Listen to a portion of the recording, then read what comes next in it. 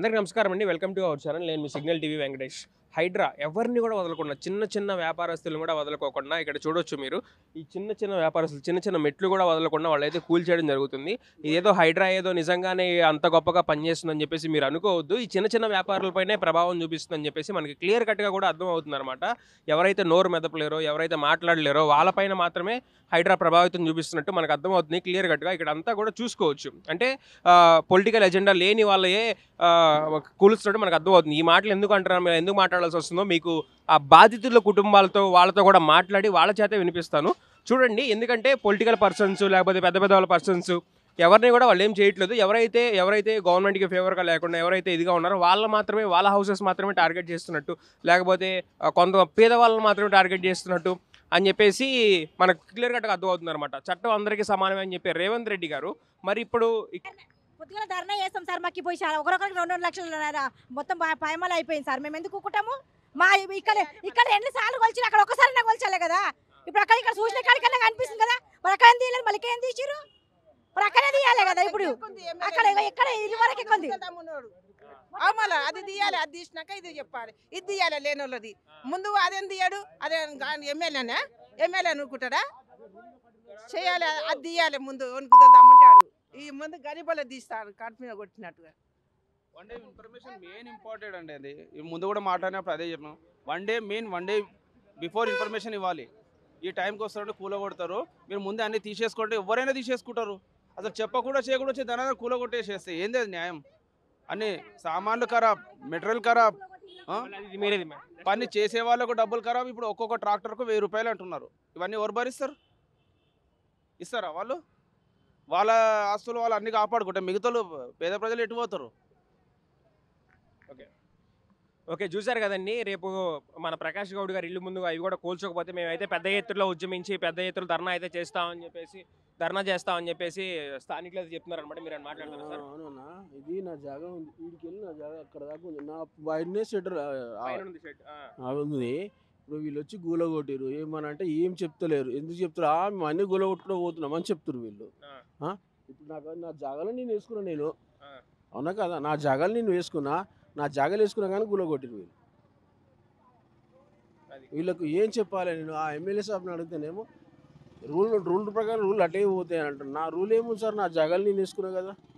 Rule ప్రకారం ఆయనది కూడా రూలే కదా. పోవాలి. ఆయనకు ఆల్రెడీ మాకంటే ముందు ఆయన పోవాలి. అసలు ఆయనది ఏం పోతున్నది, ఏం చేస్తున్నది. వీళ్ళు పోవాలి, ఇది పోవాలి. వీడికి వెళ్ళి అందాక సగం పోవాలి. ఆయన 75 ఫీట్స్ పోవాలి అవతలకి. ఇక్కడ మా 75 ఫీట్స్ పోయినది, ఇంకా అలా 75 ఫీట్స్ పోవాలి. ఓకే చూసారు కదండి. అక్కడ డివైడర్ నుంచి ఇటు వరకు కూడా మనకి 75 ఫీట్స్ ఉంది. అక్కడ డివైడర్ నుంచి అటుపక్క రోడ్లో ఆయన 75 ఫీట్స్ వరకు పోవాలి. దాదాపు ఆయన గుమ్మం వరకు కూడా పోతుంది అనమాట. అది మీరు చూసుకుంటే కనుక ఆయన గుమ్మం వరకు కూడా పోవాలని చెప్పేసి మెయిన్ డోర్ వరకు వాళ్ళ గుమ్మం వరకు కూడా పోవాలని చెప్పేసి స్థానికులు డిమాండ్ చేయడం జరుగుతుంది. మరి అది కూడా న్యాయమే కదా. ప్రజలకు ఒక న్యాయం, అధికారులకు ఒక న్యాయం ఉండకూడదు కదా. అందరికీ ఒకే రకమైన న్యాయం ఉండాలని చెప్పేసి వీళ్ళు డిమాండ్ చేస్తారు. అవును సార్, అదే డిమాండ్ చేస్తున్నాం మేము. మాకు ఎందుకు మా జాగాలో మేము వేసుకునేది ఎందుకు తీయాలి మీరు? నాకు అర్థం కాదు. అదే ఎమ్మెల్యే సాబ్ని అడిగితే రూల్ ప్రకారంగా పోతామని చెప్తున్నారు ఆయన. మరి మీ దగ్గర ఉన్నది మీ రూల్ ప్రకారం ఏంది మరి? అంటే మీరు పెద్ద మనుషులు, మేము గరీబులమా?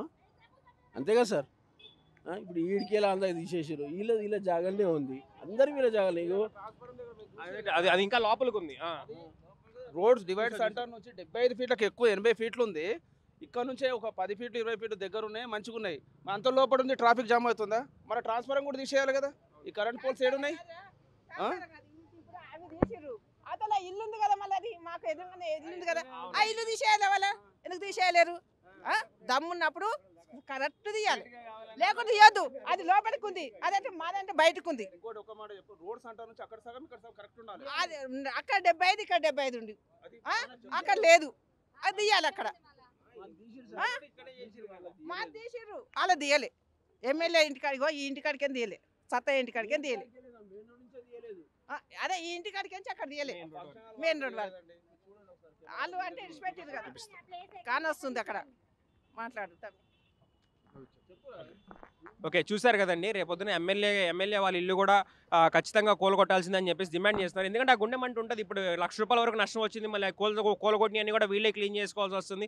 దానికి పనోళ్ళని పెట్టించి ట్రాక్టర్లను పెట్టించి వీళ్ళే తీసుకోవాల్సి వస్తుంది. వచ్చి కూలగొట్టేసి వెళ్ళిపోతున్నారు. మినిమం 1 డే ఇంటిమేషన్ కూడా లేకుండా చేస్తున్నారు. మినిమం 1 డే మినిమం ఒక 1 డే కూడా ఇంటిమేషన్ లేదు. ఇప్పుడు వచ్చేసి సడన్గా వచ్చేసి కూరగాయలు ఉన్నాయి, ఆ మెటీరియల్ ఉన్నాయి, తీసుకుంటున్నాం అన్నా కానీ గ్యాప్ ఇవ్వలేదు. ఉదయం 8కి వచ్చేసి సరాసరి కూలగొట్టేశారు. పిల్లలు స్కూల్కి కూడా వెళ్ళలేదు. నెక్స్ట్ మన కూరగాయలు ఏమైనా ఉంటే అవి కూడా మెటీరియల్ ఏమైనా ఉంటే అవి కూడా తీసుకొని ఇవ్వలేదు అని చెప్పేసి చెప్తున్నారు.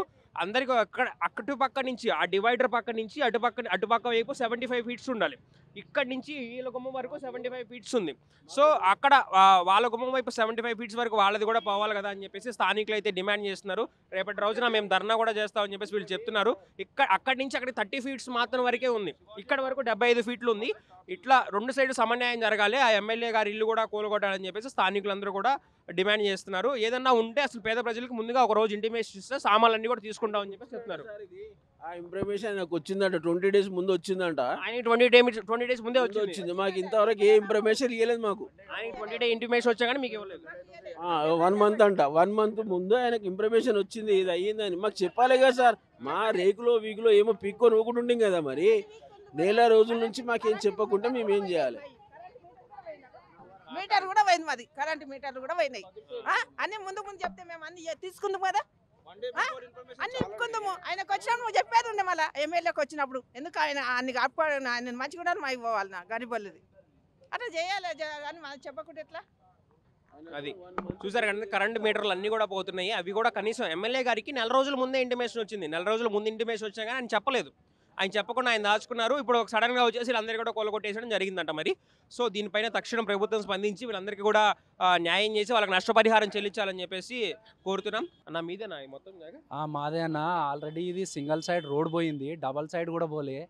ఆల్రెడీ రోడ్డు 2007, 2008 రోడ్ వైండింగ్లో పోయింది. ఇప్పటి వరకు మాది కేసే నడుస్తుంది. ఆల్రెడీ నేను చూపించినా కూడా కనీసం టైం ఇవ్వమంటే కూడా టైం ఇవ్వలే. కనీసం నేను పేపర్లో పర్మిషన్ ఉంది సార్, ఆల్రెడీ జిహెచ్ఎంసీ వాళ్ళే మనకి ఇచ్చారు. ఏది మీది 1 సైడ్ పోయింది, మీకు పర్మిషన్లు అవసరం లేదు, 5 ఫ్లోర్లు కట్టుకోవచ్చు అని కూడా ఇచ్చారు. అది కూడా చూపిస్తాం, మాకు టైం ఇవ్వండి అంటే కూడా ఇవ్వకుండా కనీసం ఎవరు ఏ ఆఫీసరు సార్ దేనికి వచ్చి కులగొడుతురు అన్న ఇన్ఫర్మేషన్ కూడా మాకు లేదు. కనీసం ఎవరు వచ్చి దేనికి కొడితే సమాధానం లేదు. మరి ఏమనుకోవాలి, ఏం కులగొడుతురు? అసలు మేము ఏమన్నా తప్పు చేసినామా, ఏం చేసినామా? పొద్దుగాలు లేచి కష్టం చేసే వాళ్ళకు మీరు ఇక్కడ ఇంత ఇబ్బంది పెడితే మెయిన్ రోడ్ మీద ట్రాఫిక్ జామ్ అవుతుంది. ఇక్కడ జామే లేదు. ఆల్రెడీ పెద్ద తంబాలు ఉన్నాయి, అవి పెట్టి కూడా ఇదంతా తీసిపెట్టి ఏం చేస్తలేరు. ఏమన్నా అంటే ఉన్న పలంగా పోతే మేము ఏడుకోవాలి. ఇంత నష్టపర కనీసం టైం అనేసి మేము షెడ్లనే వీక్కుంటాం కదా. ఏమన్నారు అధికారులు కూల్చేటప్పుడు? మీరు అడ్డుపడితే ఏమన్నారు? అన్న అడ్డుపడలేదు. ఫస్ట్ ఆఫ్ ఆల్ పోయి నేను అడిగిన, మా బాబు ఉండే ఏడుస్తుంటే తీసుకొని పోయి అడిగిన. పోలీసు వాళ్ళని అడిగితే అక్కడ సార్ ఉన్నాడు, సార్ని అడిగితే సార్ ఏం పేరు సార్ అంటే కూడా చెప్పలే. ఎవరు నువ్వెందుకు వచ్చినావు, ఏం కథ అని అడిగాడు. నేను అన్నా సార్ ఎందుకు గులగొడుతురు, ఏం గులగొడుతురు మాకు తెలవాలి కదా. కనీసం మీరు ఏ బేస్ మీద తీసుకోరు, ఏం పేపర్ ఉంది, ఏమైనా ఆర్డర్ ఉందా మాకు చెప్పండి. కనీసం మాకు నోటీసులు లేవు, ఏం లేవు అని అడిగితే కూడా నేను అక్కడ తీసుకుపోయి ఎక్కువ తక్కువ మాట్లాడుతారని నన్ను దోషిస్తున్నాడు. ఎక్కువ తక్కువ మాట్లాడుతున్నారు అంతే. ఏమన్నా అంటే పెట్రోలింగ్ లెక్కించి అంటే మేమేం తప్పు చేస్తలేం సార్, అడుగుతున్నాం. కనీసం మీరు గులగొడుతురు, అడిగే హక్కు కూడా మాకు లేదా అంటే మినిమం అంతా లేదా అని మేము అడిగి ఎమ్మెల్యే గారికి 4 రోజుల ముందే చెప్పామని చెప్పేసి. మాకు ఏమాత్రం ఇన్ఫర్మేషన్ లేదు. ఎమ్మెల్యే సార్ వచ్చిండు, మాకు చెప్పిండు. ఎమ్మెల్యే సార్ వచ్చి చెప్పినా కూడా వీళ్ళు వినకుండా మొత్తం గులగొట్టి రాపమని చెప్పేయండు సారు. చెప్పినప్పుడు కనీసం ఆగాలే కదా, ఆగకుండా గులగొట్టి తీసుకొని వెళ్ళిపోయారు. రోడ్కే ఉంది. మేము అది కూడా అన్నాం సార్, అందరికి ఒకటే న్యాయం ఉండాలి. అక్కడ రోడ్ మీద ఫస్ట్ చాలా షెడ్లు ఉన్నాయి, ఆడ ఫుట్పాత్ ఉంది మెయిన్ రోడ్ మీద. ఫుట్పాత్ మీద దాటి మీరు ఇక్కడ రండి, ఇక్కడ ఫుట్పాతే లేదు, ఫుట్పాత్ ఎంకరేజ్మెంట్ ఎట్లా అంటారని కూడా అడిగినాం మేము. ఆయన కూడా లేలే అది అక్కడ వేరే వాళ్ళు వస్తారు, మాకు సంబంధం లేదు, తర్వాత తీస్తాం అన్నట్టు మాట్లాడి వెళ్ళిపోయారు వాళ్ళు. వీళ్ళు కాదన్నారు. కాదండి తర్వాత తీస్తామని చెప్పారు వాళ్ళు. వేరే డిపార్ట్మెంట్కి వస్తుంది అది మెయిన్ రోడ్, అది హైవే రోడ్డు. మరి ఇది కూడా P7 హైవేనే, ఇది కూడా P7 road, airport road, cargo road. ఇది కూడా ఇన్ని ఏండ్లు అవుతుంది మాకు. మేము అప్పుడు కూడా పైసలు ఇవ్వలేరు. ఇప్పటిదాకా మేము 2007-8 నుంచి 14-15 ఇయర్స్ నుంచి కేసులు కొట్లాడుకుంటా, మేము కష్టం చేసుకుంటా, డ్యూటీలు ఇట్స్ పెట్టుకుంటా తిరుగుతున్నాం. ఏం ఫైదా? ఓకే, ఇది కూలగొట్టిన మొత్తం కూడా మీరే తీసుకోవాలి. మేమే తీసుకోవాలి సార్, మొత్తం కూలగొట్టేసారు. ఖాళీ కూలగొట్టి వెళ్ళిపోతున్నారు. కాలు గులగొట్టి వెళ్ళిపోయారు మొత్తం. మా నాన్న 2 ఇయర్స్ నుంచి హ్యాండిక్యాప్డ్, బ్రెయిన్ స్ట్రోక్ వచ్చింది. కనీసం అది కూడా చెప్పినాం. మా బాబాయ్ ఆయన మొత్తం హ్యాండిక్యాప్డ్, ఫుల్లీ 80%. వాళ్ళిద్దరు కూడా చెప్పినాం, రిక్వెస్ట్ చేసినాం, సార్ కొంచెం ఆగండి తీసుకుంటాం అంటే కొంచెం ఆయనను చూసి డబ్బా జరిపేంత వరకు ఓ 2 మినిట్స్ ఆగిరు అంతే. ఆగను కూడా లే, పక్కకేం తీస్తూనే ఉన్నారు అది కూడా. Thank you for watching signal TV. Thank you.